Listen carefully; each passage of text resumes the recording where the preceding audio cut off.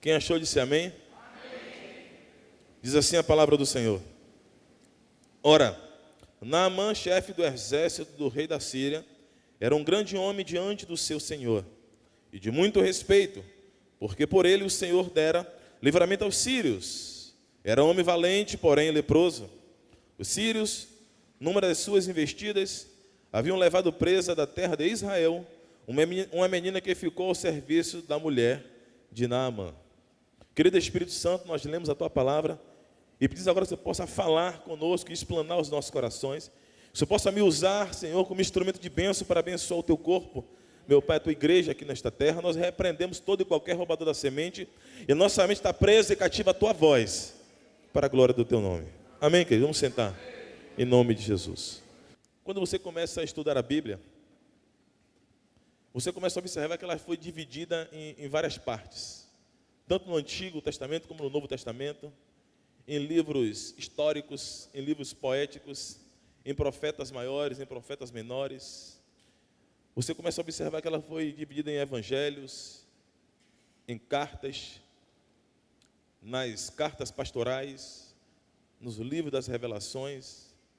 E quando você observa a Bíblia do Antigo Testamento, que é a Bíblia dos judeus ortodoxos hoje, e você observa que eles não usam o Evangelho, o Novo Testamento, e o livro dos reis, como eu estava falando, o livro de Neemias, de Esdras, o livro de Crônicas, o livro de Samuel, na verdade é um livro só.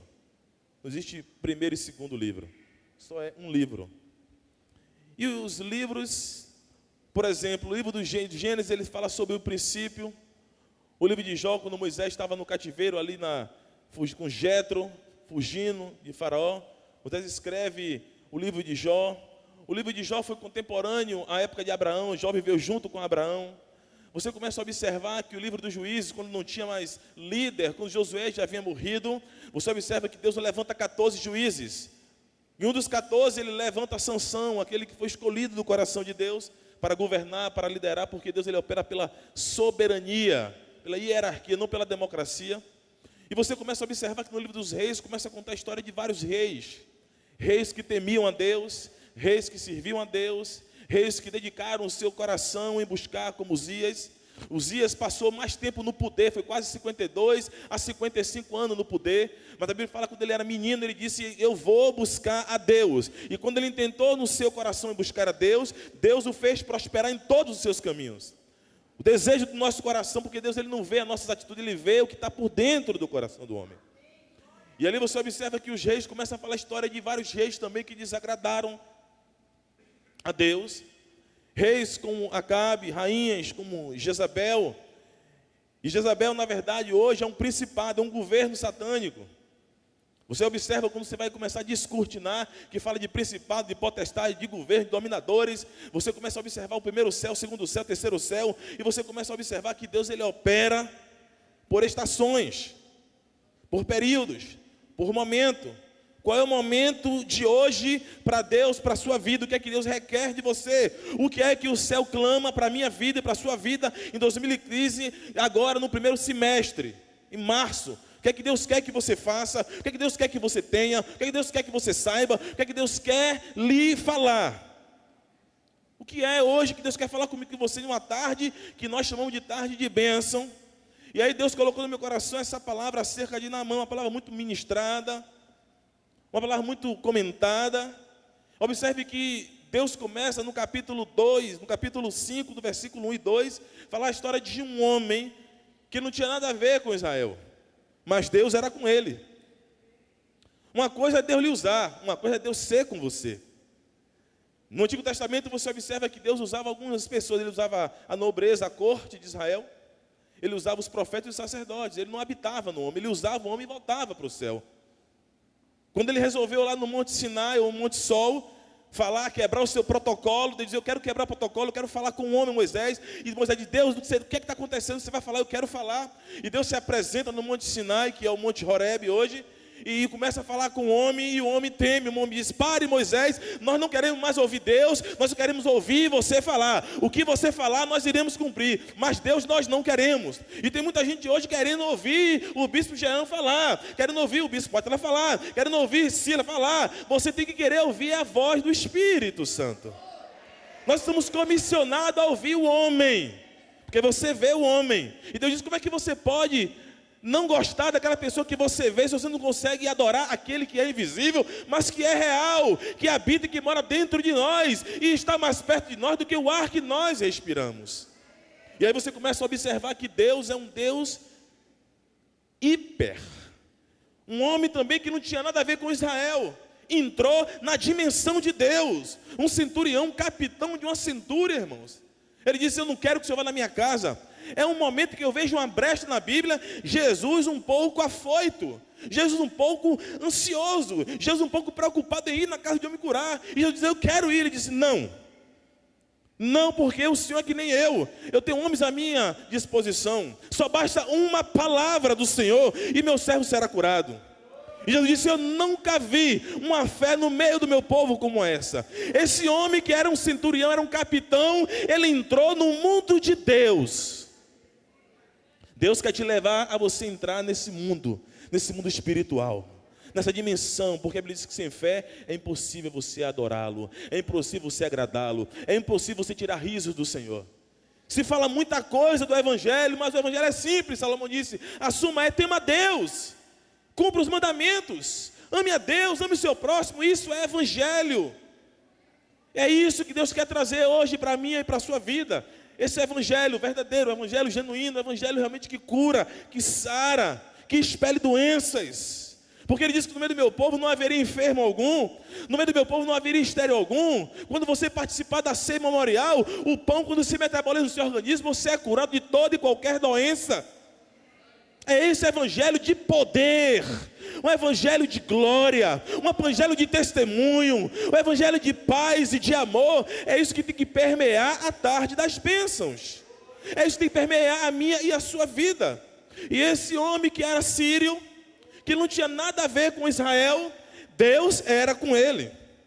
E aí você vê as pessoas aí fora que não tem nada a ver com a profecia da nossa fé, mas que Deus, bispo, é com ele. Eu lembro de meu pai, eu não era nem evangélico, mas meu pai com minha mãe, o tratamento, minha mãe me teve com 15 anos de idade, e eu observava que Deus era com meu pai, no tratar com minha mãe, no tratar conosco. Um homem educado, um homem simples, um homem amoroso, um homem quando saía cumprimentava, quando chegava cumprimentava. E eu comecei a observar e eu dizia: poxa, eu quero ser igual ao meu pai. Meu pai é um bom sujeito, meu pai é um bom homem. E aquilo foi referência. Não aprendi na igreja, eu aprendi em casa, com a educação doméstica. E Deus começou a usar, porque Deus é com ele. E Naamã era um homem, um herói de guerra, um homem conhecido em todo o Oriente, um homem respeitado, um homem que o nome dele já dizia, Naamã quer dizer agradável, educado, singelo, amoroso, cuidadoso. E Naamã sabia tratar com todos. Deus era com Naamã. E todas as vitórias que Naamã ia, Naamã não perdia uma batalha, ele vencia todas. Porque quando sabia, Naamã está vindo, o povo já começava a se render. Era um homem estrategista. Como é que você vai para Roma? Roma, os romanos, ele tem a estratégia da arte militar. Especialista. A tribo de Benjamim era um sujeito que treinava tanto que eles atiravam com a mão esquerda e eles não erravam um tiro. Um jovem, quando ele tinha 13, 14, 15, 16 anos em Roma, ele aprendia a atirar todo tipo de arma. Já preguei isso aqui N vezes, mas a repetição é a alma da retórica. Ele aprendia a tirar funda com a mão direita, ele aprendia a tirar funda com a mão esquerda, ele aprendia a usar o broquel é o escudo de mão.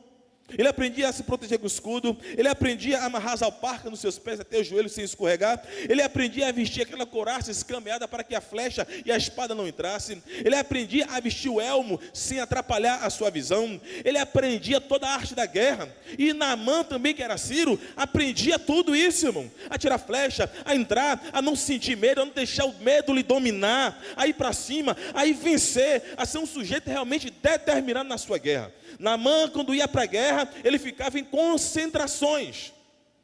Quando se tiver algum militar, sabe o que eu vou falar aqui? Quando um sujeito é militar e sai para uma operação, em qualquer morro, em qualquer situação, fazer uma blitz, qualquer coisa, eles sentam no quartel, recebe a instrução do comandante e começa a criar uma estratégia.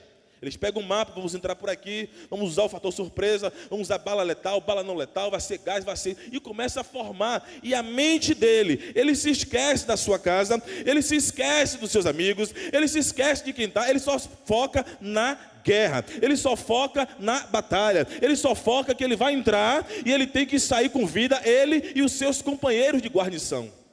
Assim era Naamã, ele criava a estratégia e ia e vencia. Eu me lembro de Urias, quando Urias também saiu, que era um capitão de Davi. Urias ia para a batalha e estava vencendo. Joabe, que era o capitão, líder de Urias, chama porque Davi manda chamar. E Davi disse, eu quero que você beba. Eu quero que você se embriague. Ele, não posso beber porque eu estou em guerra. E Davi diz, Uzias, eu quero que você vá para casa e tenha relação com a sua esposa. Ele, eu não vou porque eu estou em guerra. Eu não posso estar fraco, eu quero que você durma em casa. Ele, não dorme em casa porque eu estou em guerra, meu rei. Eu tenho que estar focado na guerra, eu tenho que entrar e tenho que vencer, porque a glória é de Deus, mas a alegria é nossa, Davi. Eu não posso entrar aqui com derrota não, meu rei. Eu tenho que vencer, eu estou focado, eu tenho um objetivo. E lá Salomão diz em Eclesiastes, se você colocar a mão em algum negócio, fique no foco, fique firme e a luz de Deus vai brilhar na sua vida. Foco, meta para o Senhor. E Naamã era assim. Mas Naamã, ele tinha um objetivo no seu coração que ninguém sabia. Ele queria uma cura. O sonho era cura. E todo mundo que está enfermo, foi falado aqui sobre doença, todo mundo que está enfermo, o que ele quer é a cura. Me lembro de Bartimeu em Marcos capítulo 10, verso 46. Bartimeu estava na beira do caminho. Supõe-se, a teologia conta que parecia que ele já servia ao Senhor, porque ele chama filho de Davi. E quando ele vê a comitiva, ele observa e vê que é Jesus, ele grita, Jesus, filho de Davi, tenha compaixão de mim. E as pessoas começaram a pegar ele, deram uma gravata e sufocaram a boca de Bartimeu, para ele não falar. E quanto mais sufocava, ele tirava e gritava. E sufocava, ele tirava e gritava. E Jesus parou porque estava tendo briga. Diz, tragam para mim. Quando trouxeram, a Bíblia fala que ele era cego, mendigo. E Jesus pergunta, o que é que você quer? Quer que eu lhe faça prosperar financeiramente, para você parar de mendigar? Ou quer que eu te cure? Ele disse, não, Senhor, eu quero é ver. Eu quero é ver. A pessoa que está doente, o que ele quer é a cura. E você observa que o que Naamã queria também era a cura, mas quando Naamã foi buscar a sua cura, ele recebeu uma ordem, ele recebeu uma determinação, ele recebeu uma palavra, vá mergulhar. Hoje eu não sei o que você veio receber aqui, mas você vai sair daqui com uma ordem de Deus, com o imperativo do Senhor. Deus vai te dar um comando para você ir e agir, e quando você fizer, a vitória virá. Esse é o objetivo desta tarde. E Naamã era um sujeito, irmãos, que ele era leproso, ele portava, pastor Tony, a lepra. E lepra hoje é hanseníase. Hanseníase é a insensibilidade da pele. A lepra, na verdade, é uma doença infecto-contagiosa causada por um bacilo que altera as extremidades do corpo, em especial o nariz, as orelhas e os dedos. Começa a cair, você fura, você queima, você não sente absolutamente nada. A lepra é uma doença mortal. A lepra é uma doença terrível. A lepra é uma doença vergonhosa. Para você ter noção, algumas características de uma pessoa leprosa, não é o caso de Naamã, porque Naamã era sírio, grave isso. Na cultura judaica, os leprosos não viviam nas cidades de Israel. Israel é muito pequena, é como se fosse Aracaju. Mas só que fora dos termos de Jerusalém, no muro de Jerusalém, ficavam os juízes, o magistrado, porque os viajantes que estavam entrando, tivessem alguma causa, eles paravam para ouvir os juízes. Se uma mulher também fosse casar, porque as mulheres casavam entre quarta e quinta-feira, se o marido casasse, detectasse que ela não era mais virgem, podia ir para impugnar o casamento. Então Naamã, se fosse em Jerusalém, de Israel, ele não ia viver na cidade, ele ia viver fora dos muros de Israel. Ou seja, existia um leprosário, eram cavernas que viviam leprosos, mancos, cegos e aleijados. Todo tipo de doença e lepra viviam junto, por quê? Porque os rabinos, os sacerdotes, tinham uma conotação de que uma pessoa que estava com qualquer tipo de doença era sinônimo de pecado. E isso teve permeando durante muito tempo no nosso meio. Se tivesse alguém enfermo no nosso meio, o pessoal diz: rapaz, fulano deve estar com pecado, porque ficou doente. E em Israel era assim. Por isso, quando Jesus ele cura 10 leprosos, ele diz: vá e se apresente aos médicos. Não, ele diz: vá e se apresente aos sacerdotes, porque eles são fariseus e eles têm poder para dizer se você está curado ou não, se tem pecado ou se não. Então Jesus começa a nos orientar acerca disso. Quando você observa que o leproso ficara fora de Jerusalém, o povo pegava resto de comida, jogava por cima do muro, o muro caía e eles começavam a disputar comida. Se porventura um leproso, um doente, entrasse na cidade, desavisadamente, sem saber, e viesse alguma pessoa curada do lado dele, ele colocava a mão direita na testa e começava a gritar: imundo, imundo, para que a pessoa desse marcha ré e voltasse, porque a baixa estima do doente ou do leproso já era lá embaixo, ele já estava predestinado à morte. Isso é um leproso. Naamã vivia com a esposa porque era sírio. E não tinha problema, ele ficava com a esposa. Então você observa que a lepra também causa insensibilidade. Se você toca no lugar leproso, o lado esquerdo de Naamã era que era leproso. Uma mancha do seu lado esquerdo. E observe que ele, quando tirava a roupa, ele ficava coçando, tipo um impinge, naquele tempo. Mas ele não sentia nada. Uma pessoa com lepra, ela não sente nada. Deus fala, ela não sente. Deus fala, ela não sente. Ela pede oração, ela vai para a intercessão, ela pede jejum, ela pede clamor, por causa do pecado. O pecado já tirou toda a sensibilidade. Isaías 59:12, ele diz: e o que faz separação entre vós e o vosso Deus são os vossos pecados. E aí quer que Deus fale, como Deus vai falar? Aí você começa a usar terceiro: irmão, ore por mim. O que foi que Deus te falou? Quero que você ore, irmão, ora você, busca você, tira o pecado. Isaías diz: Senhor, agora eu estou te ouvindo, envia-me a mim. Isaías não ouvia Deus porque estava em pecado, falando o tempo todo da mãe do rei. Mas se você abandonar o seu pecado, Deus vai voltar a fluir na sua vida. E a glória, a segunda, vai ser muito maior. A sua experiência juvenil que você teve quando você começou no Evangelho, Deus vai lhe dar muito mais além. Experiências tremendas na sua vida. Quando você se humilhar, deixar o pecado, que já é um bichinho de estimação. Tem gente que faz escala para pecar. Vou pegar segunda porque eu peço perdão até sexta, domingo eu vou para a igreja. Misericórdias. Isso é verdade, irmãos. Está demais. Você não tem mais temor, não tem mais aquilo que dizia antigamente, tristeza pelo pecado. Pecam e pecam e pecam e pecam. Ainda diz que Deus usa quando está pecando. Irmãos, essa é uma heresia. Deus não se deixa escarnecer. No tempo certo Ele vai ter um encontro com você. Seja para lhe galardar, para lhe dar um presente, ou para lhe cobrar. Porque o pecado lhe separa. A lepra separa, a lepra mata, a lepra destrói. E Naamã vivia assim, com esse tipo de lepra, com nenhum tipo de sensibilidade. A lepra também deforma, porque as orelhas caem, o nariz é mutilado, os dedos soltam. Quanta gente deformada na igreja, a deformidade no seu andar, na sua vida. As famílias não se convertem pelo mau testemunho, porque chega na mesa de jantar, fala mal do pastor, fala mal da igreja. Como que você vai ganhar o seu ente querido se você só anda falando mal? Ele vai querer vir para o lugar que você fala mal? E não ganha pelo mau testemunho, pela má conduta, que é uma benção, mas em casa xinga, dá palavrão, agride, guarda mágoa. O tempo todo. Isso eu estou falando da igreja do Senhor. A Bíblia é um livro espiritual. É para a igreja, não é para o mundo. Ela só se discerne espiritualmente. E Naamã entendeu isso. Foi por isso que Deus era com ele, e Deus foi o maior interessado em curá-lo. É aqui que eu quero pregar. Por que foi que Deus curou Naamã? Por que foi que Deus se preocupou em resolver o problema de Naamã? Um homem sírio, um homem que lutava contra Israel e vencia e matava os judeus e acabava e prendia. Por que Deus se preocupa em entrar no mundo de Naamã, em elevar um sírio que era contra a Israel? Em um período do Antigo Testamento, irmão. Hoje, para você servir a Deus, só basta você confessar. Antigamente, Deus era só com Israel. O meu povo é esse aqui. Não pode nem ter relação com outro tipo de povo. Nem amizade, nem casar, porque enfraquecia o povo. Lembra dos gibeonitas, que fizeram amizade com Josué? Tiveram que conviver com o inimigo o resto da vida. E Deus era com a Síria, meu amigo. Aí o cara pira pensando nisso. O que é isso? Como é que Deus, o que foi que esse homem tinha? O que foi que esse homem fez que eu também quero fazer? Eu estou lhe pregando para você aprender com um homem sírio, não com nenhum homem judeu aqui. Mas Naamã estava focado na guerra. Naamã era general de guerra, Davi. Naamã entrava, vencia, matava judeu, prendia judeu, fazia, acontecia. Mas sabe qual era o foco de Naamã? Sabe por que foi que Deus curou Naamã?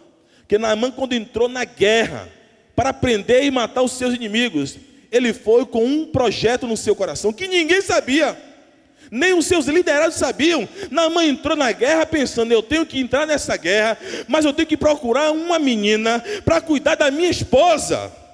Eu tenho que procurar uma mulher para dirimir os afazeres domésticos da minha mulher, porque ela está trabalhando muito. Eu quero dar um bem-estar à minha esposa, eu quero trazer um bem-estar para a minha família. Naamã estava preocupado com a família. E quando você mexe na família, você mexe em Deus. Naamã foi entrar na guerra para pegar uma menina, uma secretária, uma empregada, irmãos, porque ele observou em casa que a sua esposa estava trabalhando muito. Ele observou que a sua esposa precisava de ajuda.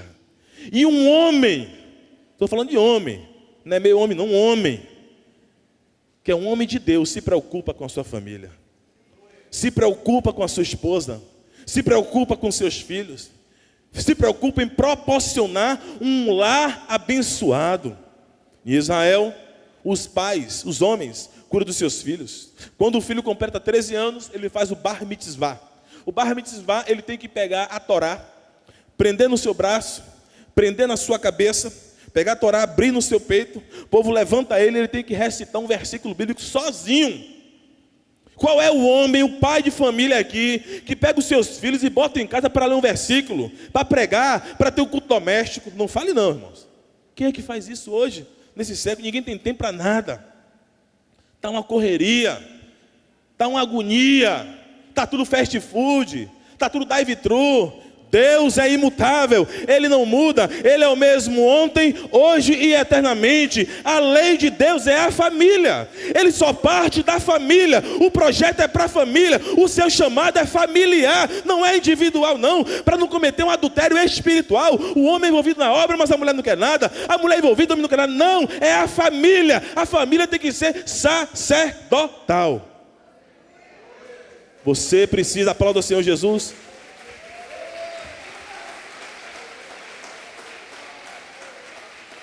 Investir na sua família. Você precisa parar hoje, irmãos. Ficar correndo atrás de isso e daquilo e de bênção, não. Invista na sua família. Aquele que não cuidar da sua família e principalmente dos seus, negou a fé, não presta nem para viver.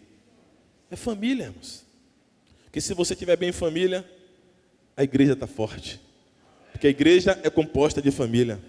Se você estiver bem em família, seu colégio vai forte, seus filhos passam de ano, tudo flui. Se você estiver bem em família, você prospera no trabalho, você é promovido no trabalho.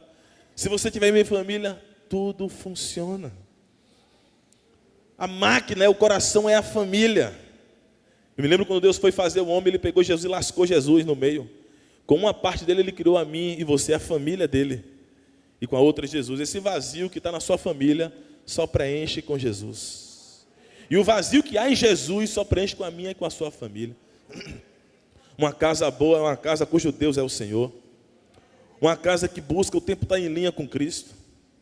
Irmão, se preocupe com a sua família.